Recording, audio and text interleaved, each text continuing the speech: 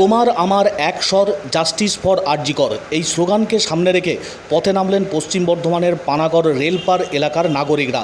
পুরুষ মহিলা নির্বিশেষে সমাজের বিভিন্ন স্তরের মানুষজন তারা পথে নামলেন। পানাগড় রেলপার থেকে একটি মিছিলের আয়োজন করা হয়, তার পাশাপাশি মিছিল শেষে একটি প্রতিবাদ সভারও আয়োজন করা হয়।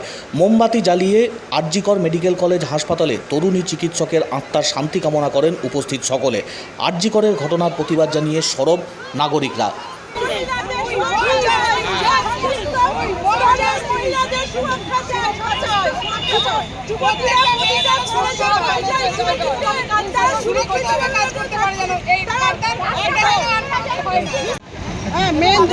মেন দোষীদের শাস্তি চাই আমরা। আর যেন ভবিষ্যতে না ঘটে।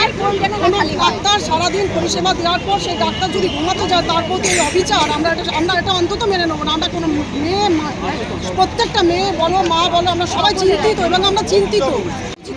এই ঘটনায় জাস্টিস চাই। আমরা চাই যে ঘটনার পুনরাবৃত্তি না হোক, হাসপাতালকে যেন এই মানে না থাকে, করাপশন মুক্ত হয়।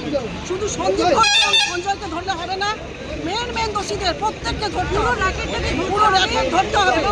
তাছাড়া আমরা থামবো না, বিচার হোক। কি আশা করছেন এটা বিচার হবে?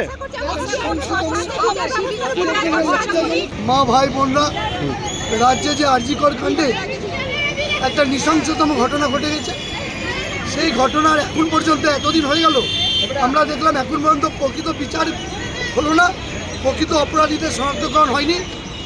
এই ক্ষোভ এবং বাংলার মানুষ যে প্রতিবাদ করতে জানে, বাংলার মা বোনেরা যে প্রতিবাদ করতে জানে, এই বার্তা রাজনৈতিক নেতা থেকে শুরু করে অপরাধী সবাইকে দেওয়ার জন্য আজকে দলমত নির্বিশেষে মা ভাই বোনরা রেলপারে তারা এই আরজি করের দাবি চেয়ে